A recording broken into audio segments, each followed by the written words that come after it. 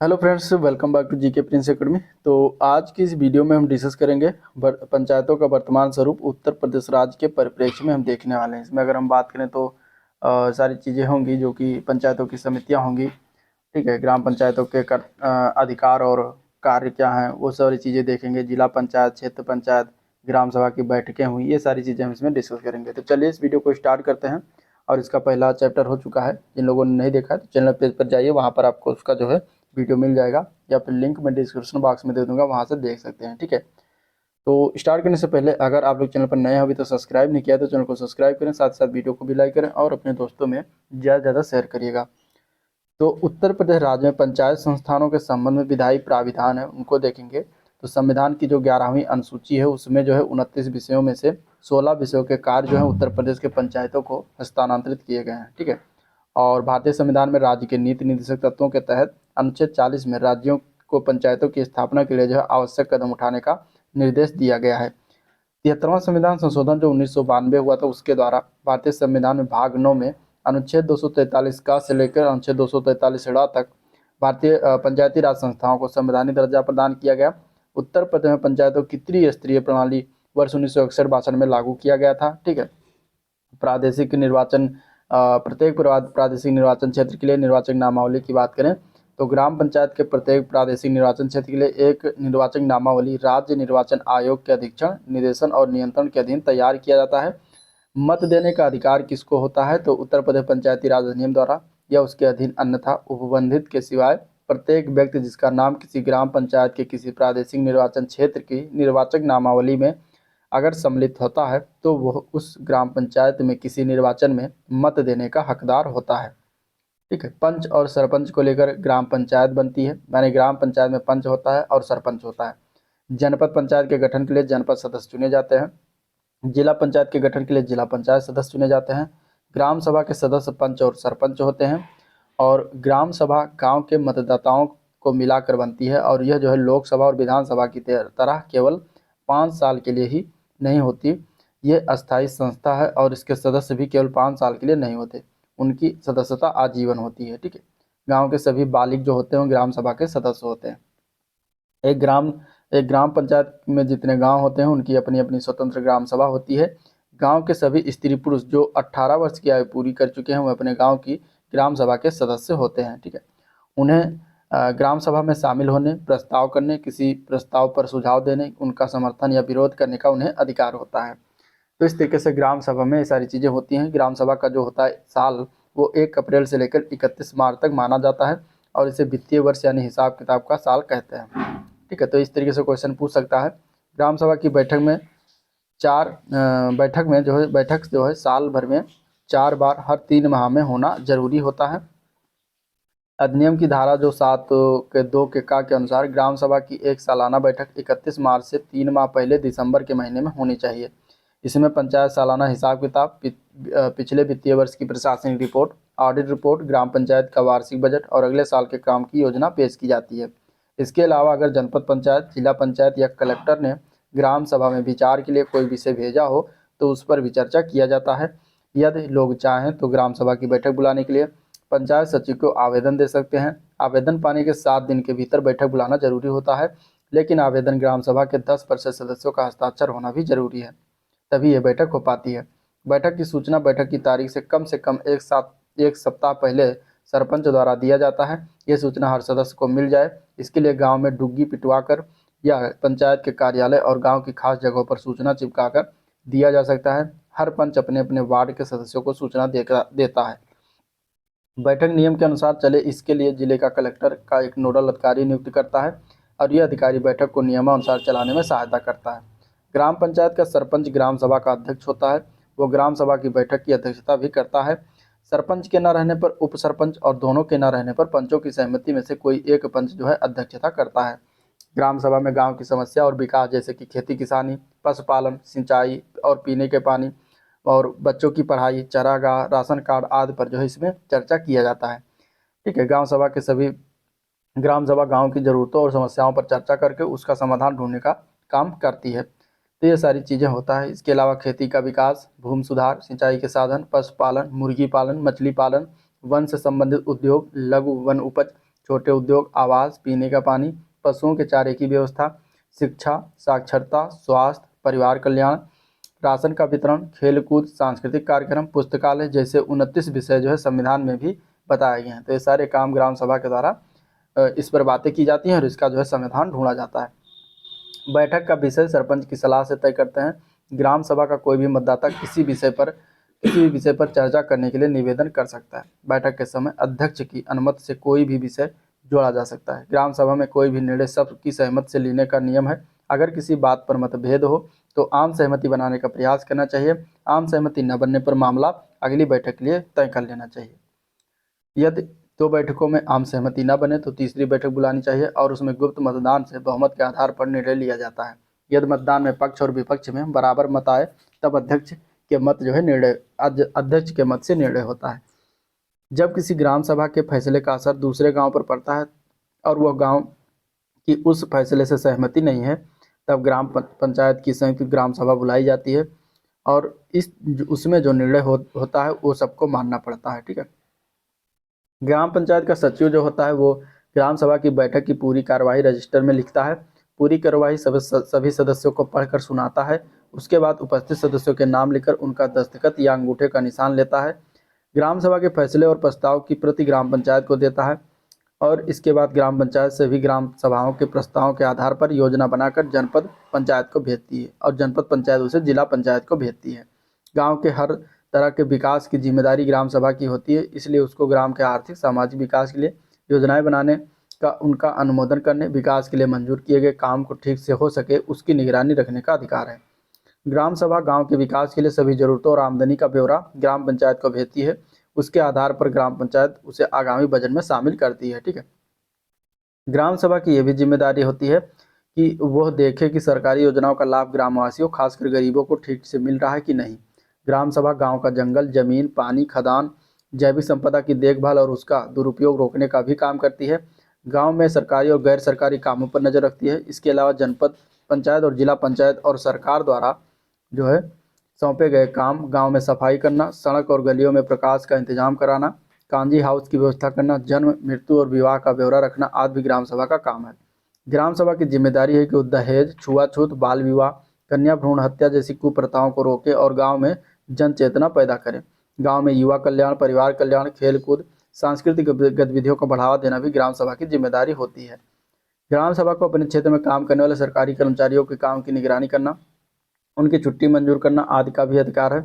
यदि कोई कर्मचारी काम में लापरवाही दिखाता है तो उसे दंड देने के लिए ग्राम सभा सिफारिश कर सकती है।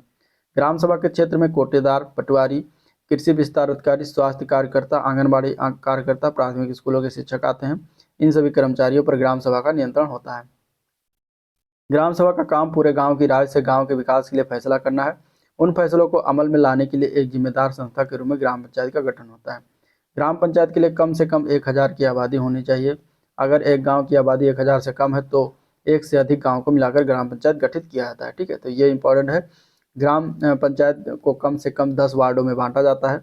ये पंचायत की अधिक आबादी होने पर वार्डों की संख्या अधिक भी हो सकती है। ठीक है। एक ग्राम पंचायत में 20 से अधिक वार्ड नहीं होंगे। वार्डों का बंटवारा करते समय यह ध्यान रखा जाता है कि हर वार्ड आबादी के लगभग बराबर हों। ग्राम पंचायत के हर वार्ड के लिए एक पंच और पूरी पंचायत के लिए एक सरपंच चुनाव किया जाता है। किसी वार्ड के मतदाता अपने वार्ड के पंच के लिए ही मत देते हैं। सरपंच का चुनाव पूरी ग्राम पंचायत के मतदाता करते हैं। ग्राम पंचायत के चुने गए सरपंच और हर वार्ड में चुने गए पंच के अपने में से किसी एक को उप सरपंच चुनते हैं। तो ये हो गया ग्राम पंचायत में विधायी प्रावधान, जिसको हम लोगों ने देखा एक। ठीक है। सरसरी नगर के किस तरीके से काम, उसमें क्या होता है, किस तरीके से करना होता है। पंचायतों की समितियों की बात करेंगे तो पंचायत राज व्यवस्था में मध्य के अंतर्गत अर्थात प्रखंड स्तर पर यानी ब्लॉक स्तर पर और पंचायत समिति क्षेत्र पंचायत होती है। पंचायत समिति का संगठन सभी राज्यों में समान नहीं होता। इन सदस्यों में सम्मिलित क्या क्या है तो विधानसभा के सदस्य हैं, लोकसभा सदस्य हैं, प्रखंडों के समस्त प्रधान हैं, सहकारी समितियां, छोटी नगर पालिकाएं तथा अनुसूचित क्षेत्रों के प्रतिनिधि हैं, प्रखंड से निर्वाचित अथवा प्रखंड में निवास करने वाले विधान परिषद तथा राज्यसभा के सदस्य हैं, प्रखंड से निर्वाचित जिला परिषद के समस्त विकास एवं आयोजन में रुचि रखने वाले 2 सहयोजित सदस्य तथा महिलाओं एवं अनुसूचित जनजातियों के कुछ सहयोजित प्रतिनिधि सम्मिलित होते हैं। विकास अधिकारी इसका सचिव होता है, इसका अध्यक्ष निर्वाचित होता है और इसकी सहायतार्थ उप प्रधान भी चुने जाते हैं। ठीक है। ग्राम पंचायत के सारे काम पंच और सरपंच मिलकर आपसी में सहयोग करते हैं, सहयोग से करते हैं और इसके लिए 3 स्थायी समितियां गठित की जाती हैं। पहली समिति का नाम सामान्य प्रशासन समिति है और यह पंचायत व्यवस्था का सारा काम देखती है। दूसरी समिति का नाम निर्माण और विकास समिति है, ठीक है, और यह समिति विकास योजना बनाती है, सारे निर्माण कार्य देखती है। तीसरी समिति का नाम शिक्षा स्वास्थ्य कल्याण समिति है, यह गांव की शिक्षा स्वास्थ्य और कल्याण समिति के कार्य देखती है। तो इस तरीके से ये 3 मुख्य समितियां होती हैं। इनके गठन के लिए पंचायत का विशेष सम्मेलन बुलाया जाता है। पंच लोग अपने ही बीच के सदस्यों का चुनाव करते हैं। हर समिति में 4 सदस्य होते हैं। कोई भी पंच एक बार में 2 से अधिक समितियों का सदस्य नहीं बन सकता। इन समितियों का कामकाज ठीक से चले, इसके लिए हर समिति अपने लिए 2 ऐसे व्यक्तियों के सदस्य बना सकती है जिनका अनुभव समिति के काम आ सके, लेकिन इन सदस्यों को किसी निर्णय में मत देने का अधिकार नहीं रहता। उप सरपंच हर समिति का पदेन सदस्य होता है, ठीक है। सरपंच तीनों समितियों का अध्यक्ष होता है। पंचायत कर्मी या पंचायत सचिव तीनों समितियों का सचिव होता है। ग्राम पंचायत जरूरत पड़ने पर सरकारी अधिकारियों और विशेषज्ञों में बैठक बुला सकती है। बैठक में बहुमत निर्णय से लिया जाता है। सभी समिति के फैसले सामान्य प्रशासन समिति ग्राम पंचायत की अगली बैठक में पेश करती है। पंचायत उसे बहुमत से स्वीकार कर सकती है या फिर उसे विचार करने के लिए समिति को वापस भेज सकती है। ग्राम पंचायत में समिति का निर्णय मंजूर होने पर योजना बनाकर काम शुरू किया जाता है। काम की देखरेख की जिम्मेदारी समिति की होती है। यदि काम सही ढंग से न हो रहा हो तो समिति की शिकायत पर पंचायत उचित कार्रवाई करती है।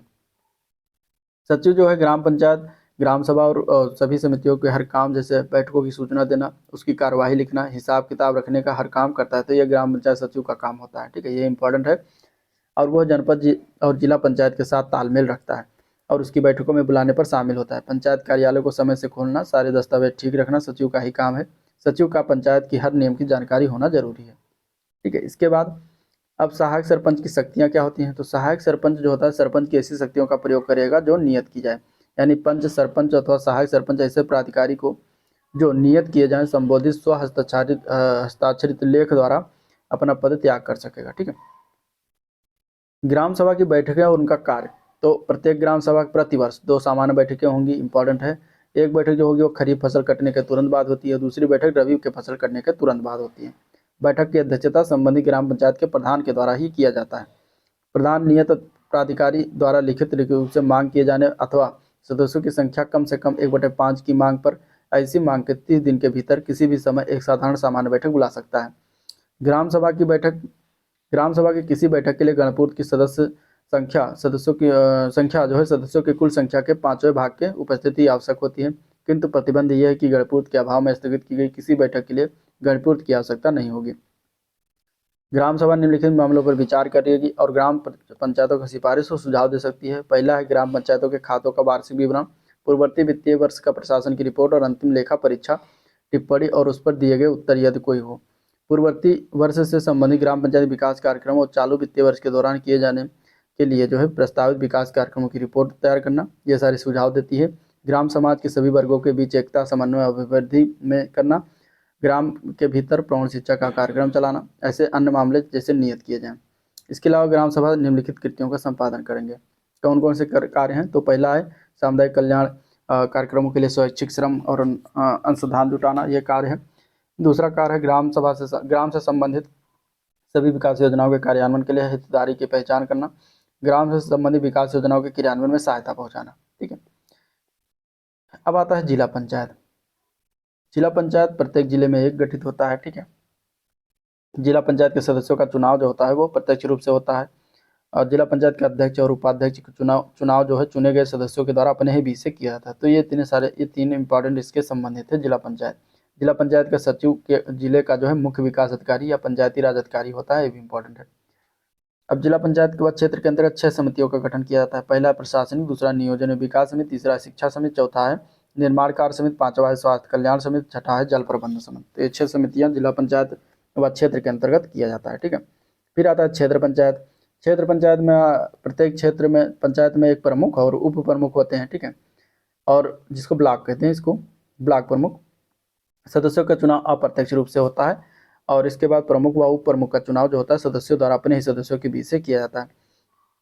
और क्षेत्र पंचायत का सचिव जो होता है वो खंड विकास अधिकारी होता है, जिसको BDO कहते हैं, ठीक है, ब्लॉक डेवलपमेंट ऑफिसर। तो इस तरीके से यही इतना इंपॉर्टेंट था इसमें।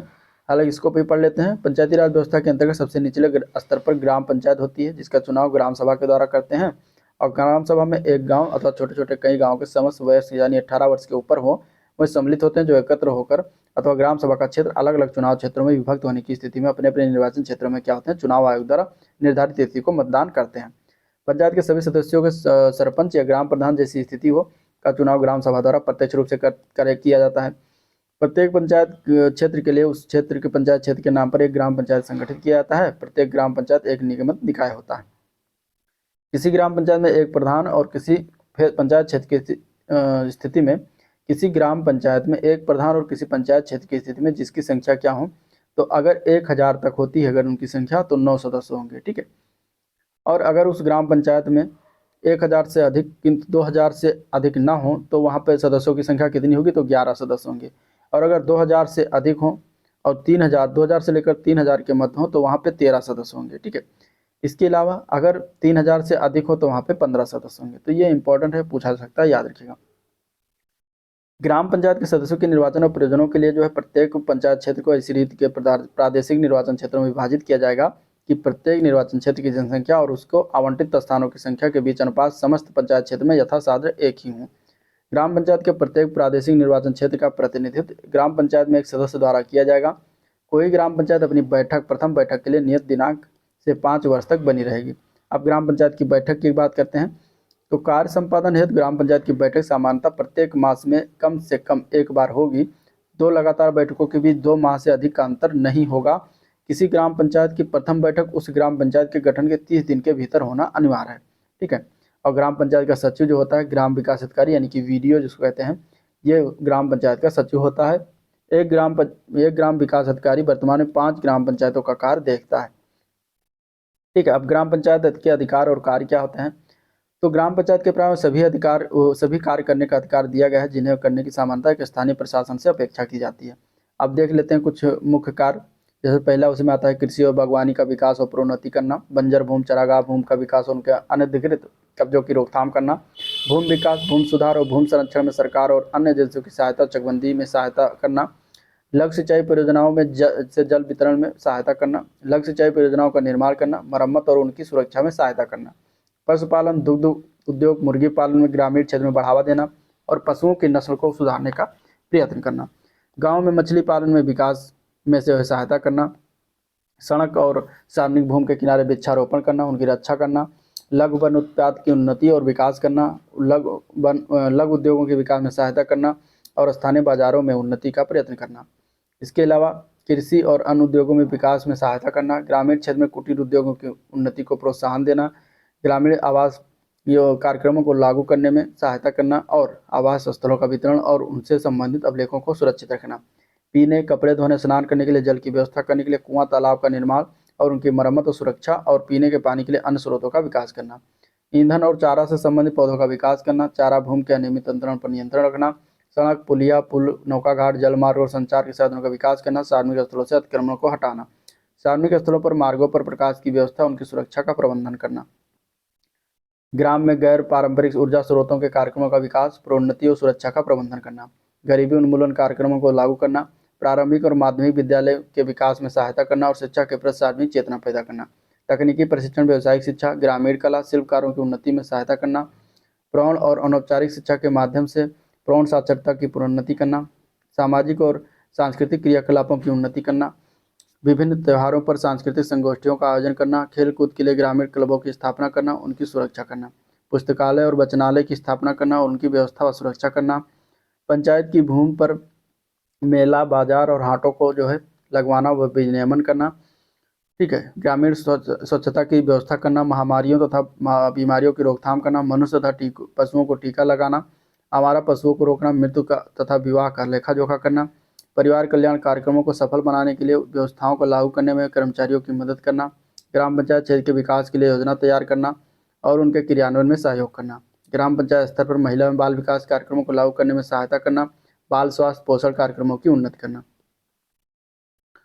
इसके अलावा वृद्धावस्था और पेंशन योजनाओं में सहायता करना, विकलांग तथा मानसिक रूप से मंद बुद्धि व्यक्तियों के कल्याण को सम्मिलित करते हुए समाज कल्याण कार्यक्रमों में भाग लेना, अनुसूचित जातियाँ, जनजातियाँ, समाज के अन्य कमजोर वर्गों के लिए विशेष कार्यक्रमों को लागू करने में सहायता करना, सामाजिक न्याय के लिए योजनाएं तैयार करना और उनको लागू करने में सहायता करना, आवश्यक वस्तुओं के वितरण में भाग लेना और लोगों में सार्वजनिक चेतना पैदा करने का प्रयत्न करना। इनके अतिरिक्त राज्य सरकार अधिसूचना द्वारा ऐसी शर्तों के अधीन रहते हुए जैसे उसमें विनिर्दिष्ट किए जाएं कुछ कार्यों को जो है ग्राम पंचायतों को समनुदेशित कर सकती हैं, जिसमें प्रमुख क्या है, तो पंचायत क्षेत्र में स्थित किसी वन की व्यवस्था, सुरक्षा की व्यवस्था करना, पंचायत क्षेत्र के भीतर स्थित सरकार की बंजर भूमि, चारागाह भूमि, खाली पड़ी भूमि व्यवस्था करना, किसी कर या भू राजस्व संग्रह और संबंधित अवलेखों का आरक्षण करना।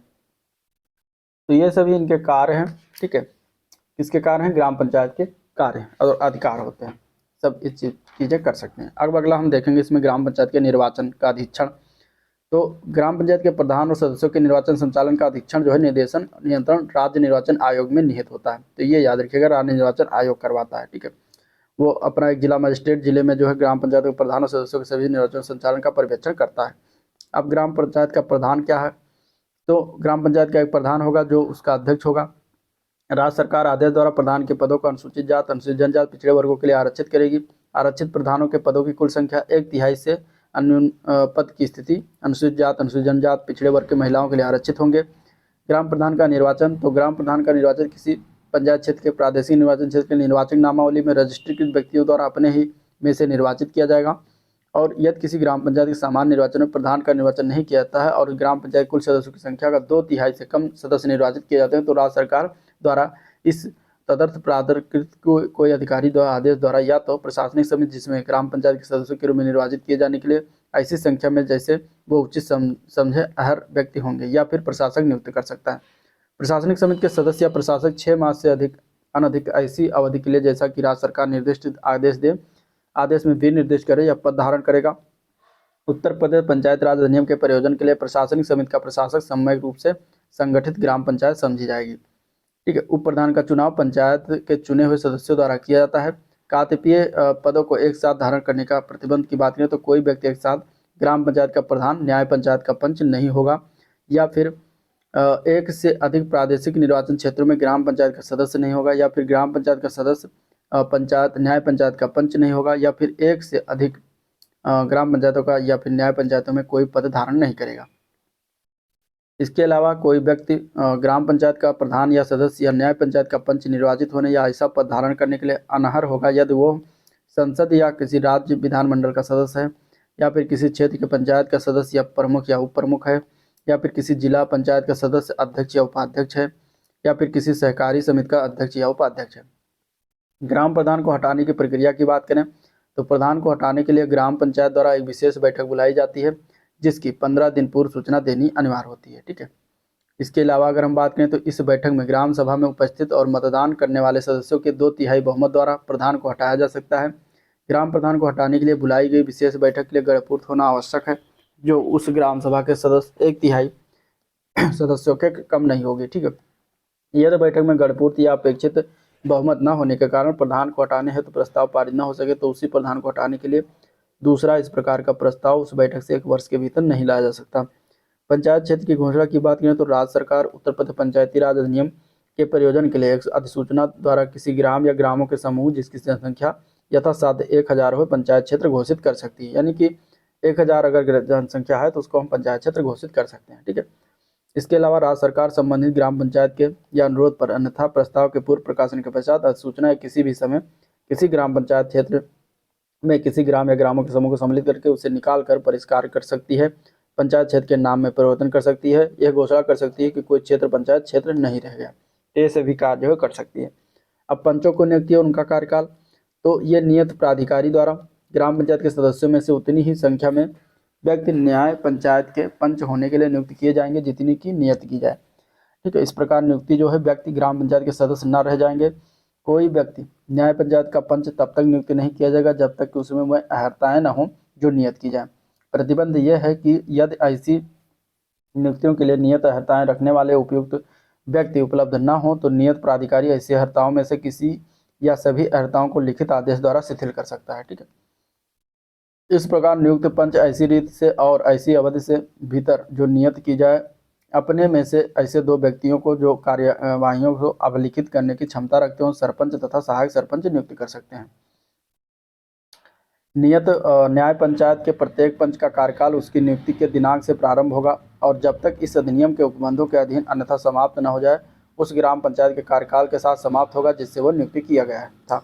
प्रतिबंध यह है कि सरपंच तथा सहायक सरपंच अपने अपने पदों पर तब तक बने रहेंगे जब तक उनके उत्तराधिकारी निर्वाचित ना हो, ठीक है, नियुक्त ना हो जाए अथवा नियुक्त ना हो जाए। अब न्याय पंचायत की स्थापना की अगर हम बात करेंगे तो राज्य सरकार अथवा नियत प्राधिकारी जिले के सर्किलों में विभाजित करेगा, ठीक है। वैसे इसमें न्याय पंचायत का सिलेबस में दिया गया नहीं है, लेकिन देख लेते हैं। ग्राम पंचायतों के अधिकारिता के अधीन रखते हुए प्रत्येक सर्किल में उतने ही समिष्ट क्षेत्र समाविष्ट होंगे जितने इष्टकर हों, तथा इससे प्रत्येक सर्किल में नियमित एक न्याय पंचायत की स्थापना करेगा। प्रतिबंध यह है कि प्रत्येक सर्किल के भीतर ग्राम पंचायतों के क्षेत्र परस्पर संलग्न होंगे। प्रत्येक न्याय पंचायत के सदस्यों की संख्या न्यूनतम 10 और अधिकतम 25 के अधीन रहते हुए उतनी होगी जो नियत की जाए, ठीक है। किंतु न्याय पंचायत के लिए यह विधि सम्मत होगा कि उसमें किसी रिक्त के होते हुए भी वो कार्य करती रहें। प्रतिबंध यह है कि उसमें पंचों की संख्या नियत संख्या के 2/3 से कम न हो। न्याय पंचायत की न्यायपीठ क्या होगी? तो सरपंच न्याय पंचायत के समक्ष आने वाले आपराधिक वादों तथा जांचों के निस्तारण के लिए न्यायपीठें बनाएगा, जिनमें प्रत्येक में से 5 पंच होंगे।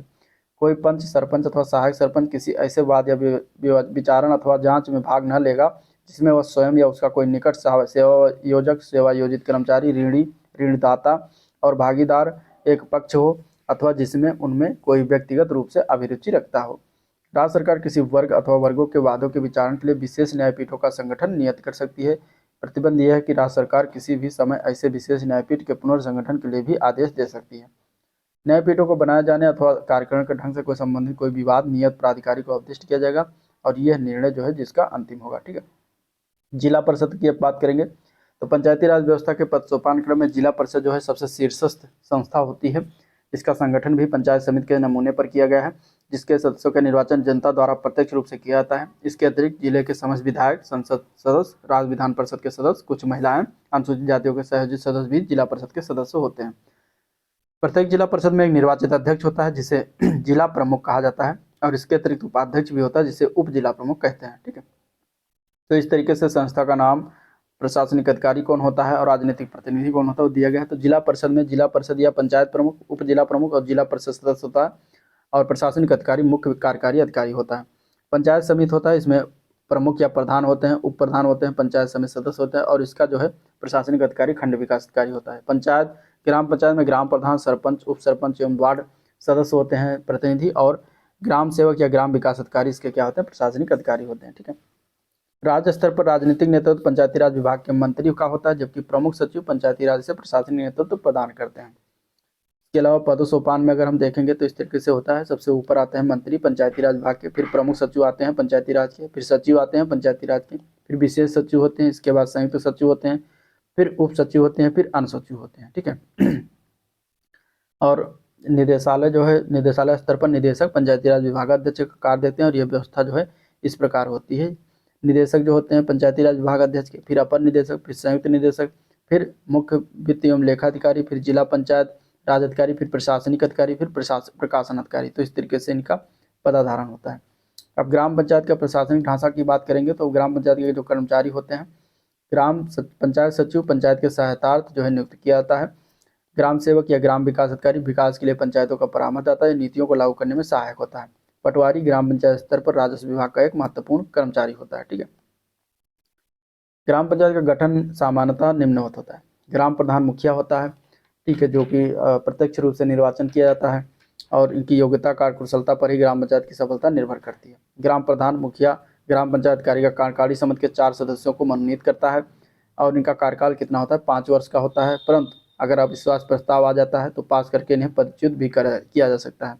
ग्राम प्रधान या मुखिया अपनी कार्यकारिणी समिति की सलाह से ग्राम पंचायत के अन्य कार्य भी कर सकता है, जो उसे ग्राम कल्याण कार्य के लिए बड़े बड़े सरकारी पदाधिकारियों के समक्ष पंचायत के प्रतिनिधित्व का और करने का भी अधिकार है, और वो जो है ग्रामीण अफसरों के आचरण के विरुद्ध शिकायत भी कर सकता है। सरपंच की बात करेंगे तो कुछ राज्यों में अन्य महत्वपूर्ण पद सरपंच होता है। ग्राम पंचायत की न्यायपालिका को ग्राम कचहरी कहते हैं, जिसका प्रधान सरपंच होता है। सरपंच का निर्वाचन मुखिया या ग्राम प्रधान की तरह प्रत्यक्ष रूप से होता है, और इनका कार्यकाल भी 5 वर्ष का होता है। इसे कदाचार, अक्षमता या कर्तव्यहीनता के कारण सरकार द्वारा हटाया भी जा सकता है। अगर 2/3 सरपंच के विरुद्ध अविश्वास प्रस्ताव पास कर दे तो सरकार सरपंच को हटा सकती है। सरपंच का प्रमुख कार्य ग्राम कचहरी का सभापतित्व करना होता है। कचहरी के प्रत्येक तरह के मुकदमे की सुनवाई में सरपंच आवश्यक रहता है। सरपंच ही मुकदमे को स्वीकार करता है, मुकदमे के दोनों पक्षों और गवाहों को उपस्थित करने का प्रबंध करता है। फिर आता है पंचायत सचिव। ये प्रत्येक ग्राम पंचायत का कार्यालय होता है, जो एक पंचायत सचिव के अधीन होता है। पंचायत सचिव की नियुक्ति राज्य सरकार के द्वारा होती है, तथा उसे राज्य सरकार द्वारा निर्धारित वेतन भी मिलता है। ग्राम पंचायत की सफलता पंचायत सचिव पर निर्भर करती है। वो ग्राम पंचायत के सचिव के रूप में कार्य करता है और इस नाते वो ग्राम पंचायत के सभी कार्यों का निरीक्षण अधिकारी होता है। ठीक है, वो प्रधान या मुखिया, सरपंच तथा ग्राम पंचायत को कार्य को संचालन में सहायता देता है। ग्राम पंचायत के सभी ज्ञात अज्ञात प्रमाण पंचायत सचिव के पास सुरक्षित रहते हैं और वो जो है ग्राम पंचायत के कागजात से पूरी तरह परिचित रहता है और आवश्यकता पड़ने पर उन्हें पेश करता है। संक्षेप में ग्राम पंचायत के सभी कार्यों के संपादन में उसका महत्वपूर्ण स्थान होता है।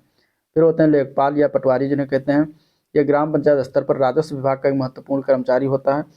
विकास संबंधी नीतियों को क्रियान्वित करने में उसकी महत्वपूर्ण भूमिका होती है। सिंचित और असिंचित भूमि के निर्धारण, करों के आकलन एवं वसूली, भूमि के अतिक्रमण आदि मामलों के कार्य के लिए कड़ी के रूप में ग्राम पंचायत में आवश्यक हो जाता है। ग्राम सेवक या ग्राम विकास अधिकारी, तो ये विकास के लिए पंचायतों का परामर्शदाता तथा नीतियों को लागू करने में ग्राम विकास अधिकारी सहायक होता है। वास्तव में ग्राम स्तर पर वो एक बहुउद्देशीय कर्मचारी है जो जनता एवं प्रशासन के मध्य की एक कड़ी का कार्य करता है और कृषि एवं वन संबंधी कार्यों के कारण जो है उसकी भूमिका जो है महत्वपूर्ण हो जाती है। पंचायती राज की वर्तमान व्यवस्था के अंतर्गत पंचायत समिति वह धुरी है जिसके चारों ओर पंचायती राज समस्त प्रवृत्तियां केंद्रित हैं। जिला परिषद केवल एक परामर्शदात्री और पर्यवेक्षी संस्था होती है। कार्यपालिका के समक्ष जो वास्तविक अधिकारियों कर्तव्य पंचायत समितियों में ही निहित होती है। बलवंत राय मेहता समिति की अनुशंसा के अनुसार पंचायती राज के लिए विकासखंड प्रखंड स्तर पर भी ग्राम सुशासन की व्यवस्था की गई है। विकासखंड या प्रखंड स्तर पर गठित निकाय सब पंचायत समिति कहलाता है। ठीक है, राज्य सरकार को पंचायत समिति के क्षेत्र से घटाने बढ़ाने का अधिकार होता है। पंचायत समितियों के कार्य के लिए जो है संपादन अस्थायी समितियों द्वारा होता है। राज्य सरकार जिला परिषद की अनुमति से पंचायत समिति तथा अन्य समितियों के निर्माण भी कर सकती है और प्रत्येक स्थायी समिति में सदस्यों की संख्या राज्यों में अलग अलग है। सामान्यतः 5 से 7 सदस्य हो सकते हैं। सदस्यों का निर्वाचन पंचायत समिति में अपने सदस्यों में से ही करती है। प्रत्येक पंचायत समिति में एक प्रमुख और एक उप प्रमुख होता है जिनका निर्वाचन पंचायत समिति के सदस्य करेंगे, लेकिन कोई सह सदस्य इन पदों के लिए उम्मीदवार नहीं हो सकता। प्रमुख पंचायत समिति का अध्यक्ष होता है और उनका कार्यकाल कितना होता है, 5 वर्ष का होता है। पंचायत समिति अविश्वास का प्रस्ताव पारित करके राज्य सरकार आदेश जारी करके प्रमुख और उप प्रमुख को पदच्युत कर सकती है। अब कुछ चुनौतियां और समाधान है उनको हम देखेंगे। तो ग्रामीण स्थानीय प्रशासन की अनगिनत चुनौतियां हैं। इनकी कुछ चुनौतियां सार्वभौमिक होती हैं जो विविध समस्याओं की मूल होती हैं। यथा वित्तीय संसाधनों की कमी है। ठीक है, राज्य सरकार का अतिशय नियंत्रण है, स्वायत्तता का अभाव है, राज्य सरकार पर अतिरिक्त निर्भरता है, अप्रशिक्षित है, निष्क्रिय एवं भ्रष्ट कर्मचारी वर्ग हैं, अतिशय राजनीतिक हस्तक्षेप होती है, भाई भतीजावाद है, भ्रष्ट है, अशिक्षित है, उदासीन है, जनता है। इस तरीके से ये सभी चुनौतियां हैं। ठीक है, पंचायतों के जिम्मे कृषि, लघु सिंचाई, पेयजल, निर्धनता उन्मूलन, शिक्षा, स्वास्थ्य, सफाई जैसे काम है, लेकिन कार्यकारिणी और वित्त व्यवस्था सौंपे बिना पंचायतें भला कैसे प्रभावी हो सकती हैं। हम देखते हैं कि प्रशासन तंत्र निम्न स्तर के लोगों को दबाए रखने की क्षमता रखता है। इन व्यवस्थाओं के तहत अधिकारियों और निर्वाचित प्रतिनिधियों के बीच सौहार्दपूर्ण वातावरण बना पाना बहुत मुश्किल काम होगा। दोनों के बीच कट संबंधों के कारण कई स्थानों पर भी केंद्रीकृत संस्थाओं के निष्पादन पर व्यापक प्रभाव पड़ा है। ग्रामीण जनता के विकास के लिए केंद्र, राज्य और स्थानीय सरकार द्वारा समय समय पर विकास की योजनाओं का निर्माण एवं क्रियान्वयन तो किया जाता है, लेकिन पंचायती राज की कार्यप्रणाली के क्रियान्वयन में चुनौतियों के कारण इन योजनाओं का लाभ उन ग्रामीणों तक नहीं पहुंच पाता है जो वास्तव में ज़रूरतमंद है। और इन चुनौतियों के पीछे प्रशासकीय क्रियान्वयन उपकरणों से संबंधित अंतरों के कारण दिन प्रतिदिन बढ़ती जा रही है। बिना तथ्यों एवं आंकड़ों के कोई ना कोई योजना बन सकती है और ना ही कोई वास्तविक कल्पना की जा सकती है, क्योंकि प्रशासन के पास आंकड़ों का निराभाव है। और यह भी एक तथ्य है कि आंकड़े तो जो है सभी विषयों में मिल जाते हैं, परंतु वह सही और विश्वसनीय प्राप्त नहीं होते हैं। उदाहरण के लिए अगर हम देखें तो विधवा पेंशन योजना अथवा ग्रामीण आवास योजना, जब तक प्रशासन को सही और विश्वसनीय तथ्य आंकड़े प्राप्त नहीं होंगे तब तक ग्रामीण विकास के विकासात्मक कार्यों की योजना बनाना एवं उनके क्रियान्वयन एवं वास्तविक परिणामों की कल्पना करना व्यर्थ है। ठीक है, पंचायती राज की मुख्य चुनौती विकास के लिए मिल रही राशि का उचित वितरण होता है। पंचायती राज एवं जिला नियोजन परिषद से अधिकांश राशि योजनाकारों के जेब से चली जाती है और बची हुई राशि को विकास कार्यों में लगाया जाता है, जो लगभग 15% ही होता है। इस प्रकार कार्य जो है आधे में ही समाप्त हो जाते हैं। स्थानीय विकास की मुख्य समस्या यह भी है कि किसी भी स्थानीय योजना का निर्माण एवं उसका क्रियान्वयन व्यक्तिगत हितों स्वार्थों के मद्देनजर रखकर किया जाता है और इसके साथ संसाधनों का दुरुपयोग, भाई भतीजावाद इत्यादि गंभीर समस्याएं जो विकास कार्य में बाधा डालती हैं। नीति निर्माण तथा समन्वय के स्तर पर हिला हवाली से विकास कार्य शिथिल पड़ जाता है, यानी कि धीमा पड़ जाता है और विकास की योजनाओं के निर्माण के लिए कार्य एवं क्रियान्वयन में कठिनाइयाँ आती हैं तथा विकास जो है हो नहीं पाता। ठीक है, उदाहरण के लिए अगर हम देखेंगे तो भवन निर्माण है, रोड निर्माण है आदि के लिए प्रस्तुत पत्र जिला परिषद महानगर पालिका में भेजा जाता है तो महीनों तक परिलंबित पड़ी रह जाती है। इस प्रकार की प्रवृत्ति घूसखोरी भ्रष्टाचार को बढ़ावा देती हैं। अधिकारी पदाधिकारी के बीच संबंधों में तनाव, मनमुटाव, ईर्ष्या जैसी भावनाओं के कारण ग्रामीण विकास असफल रहता है। इस प्रकार के संबंध से विकास की योजनाओं के निर्माण और क्रियान्वयन में कठिनाई आती है। पंचायती राज प्रणाली द्वारा कार्यान्वित होने वाली प्रत्येक योजनाओं के लिए जन सहयोग अति आवश्यक होता है, लेकिन इन योजनाओं के क्रियान्वयन में जन सहयोग के अभाव के कारण योजनाओं के सफल क्रियान्वयन में अनेक समस्याओं का सामना करना पड़ता है। जन संवाद की कमी के कारण, प्रशासनिक मशीनरी में जनतंत्रीकरण के अभाव के कारण योजनाएं भी सफलता तक नहीं पहुंच पाती। ग्रामीण जनता को योजनाओं का पता भी नहीं चल पाता और योजनाएं बनकर क्रियान्वित कर दी जाती हैं।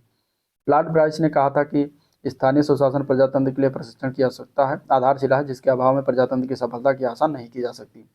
जनतंत्र का आधार जो है राजनीतिक, नागरिक प्रशिक्षण, उदार दृष्टिकोण, नागरिक गुणों का विकास, प्रशासनिक कार्य कुशलता, केंद्र एवं राज्य प्रशासन कार्यभार में कमी, सरकारी व्ययों में मितव्ययता, केंद्रीकरण के दोषों से मुक्ति, मुख्य विकास योजनाओं की सफलता में सहायक, भ्रष्टाचार की कम संभावना, विभिन्नताओं पोषण आदि जैसे महत्वपूर्ण कारक हैं जो स्थानीय सुशासन के महत्व को इंगित करते हैं। अधिकारी एवं आम जनता को योजनाओं के सफल क्रियान्वयन में सहयोग देना चाहिए ताकि ग्रामीण विकास के लिए प्रशासन को जो है सहयोग मिल सके और विकासात्मक कार्यों को करने के लिए प्रशासकों एवं विशेषज्ञों की स्वतंत्रता होने से अनुभव और कार्यकुशलता के आधार पर कार्य कर सकेंगे। प्रशासन को संबंधित समस्या के वास्तविक आंकड़े और तथ्य प्रशासन को प्राप्त कराने में संबंधित व्यक्ति को सहयोग प्रदान करना चाहिए। साथ ही विकास कार्यों का नियोजन, क्रियान्वयन और उसका मूल्यांकन समय समय पर किया जाना चाहिए, जिससे पिछड़े हुए क्षेत्रों का विकास तीव्र गति से हो सकेगा। तो ये सारी चीज़ें जो है इसमें समाधान बताया गया है। इसके अतिरिक्त नागरिक घोषणा पत्र के अनुसार कार्यों का निष्पादन आवश्यक है। अधिकारी कर्मचारियों को प्रस्तावित फाइलों की यथोचित कार्रवाई के साथ एक निश्चित अवधि के अंदर पूर्ण करना चाहिए। तो चुनौतियां और समाधान के बारे में बातें हो गई। अब पदों का आरक्षण ग्राम पंचायत में देखेंगे तो जो पद महिलाओं के लिए आरक्षित होते हैं उस पर पुरुष का चुनाव नहीं लड़ सकता। ठीक है, शासन चलाने में कमजोर, सामाजिक रूप से पिछड़े लोग, खासकर महिलाएं शामिल हो सकें, इसके लिए इन्हें आरक्षण दिया जाता है। इससे उनमें आत्मविश्वास बढ़ता है, उनकी क्षमता का विकास होता है। आरक्षण जाति के अनुसार केवल अनुसूचित जात, जनजात और पिछड़ी जातियों की आबादी के अनुसार होता है। शेष जातियों के लिए कोई आरक्षण नहीं है। ग्राम पंचायत की आबादी में अनुसूचित जात, जनजात और पिछड़ी जात का जो अनुपात होगा उसमें उसी अनुपात में पंच के पद आरक्षित होंगे। अगर किसी पंचायत की कुल आबादी में आधी आबादी अनुसूचित जात जनजात की है तो उसमें कुल 20 वार्ड हैं, तो उस पंचायत में 10 वार्ड इन्हीं के लिए आरक्षित होंगे। महिलाओं का आरक्षण बिना आरक्षण के सभी पदों में आधा पद आरक्षित होता है। पिछड़ी जात को उसी पद के आरक्षण मिलता है जिसमें अनुसूचित जात जनजात आबादी कुल आबादी की आधी या उससे कम होती है। अगर एक पंचायत में अनुसूचित जात जनजात की आबादी कुल आबादी के आधे से कम है तो उसमें 1/4 पद पिछड़ी जात के लिए भी आरक्षित होगा। ठीक है, सामान्य पद पर किसी भी जात के स्त्री पुरुष चुनाव लड़ सकते हैं। सामान्य महिलाओं के लिए आरक्षित पदों का अनुसूचित जात और जात की महिलाएं भी चुनाव लड़ सकती हैं। सरपंच के पद का आरक्षण जनपद पंचायत की आबादी के अनुसार होता है। जनपद पंचायत की कुल आबादी में अनुसूचित जात जनजात और पिछड़ी जात का अनुपात होगा, उसी अनुपात में पंचायत के पद लिए आरक्षित होंगे। लेकिन जिस पद में अनुसूचित जात जनजात आबादी कुल आबादी के आधे से अधिक होगी उसमें पिछड़ी जात के सरपंच का आरक्षित पद नहीं होगा। यदि अनुसूचित जात जनजात की आबादी कुल आबादी के आधे से कम है तो कुल ग्राम पंचायतों के सरपंचों के 1/4 सरपंच पिछड़ी जात के होंगे और हर वर्ग के कुल सरपंच में महिला सरपंचों की संख्या आधी होगी।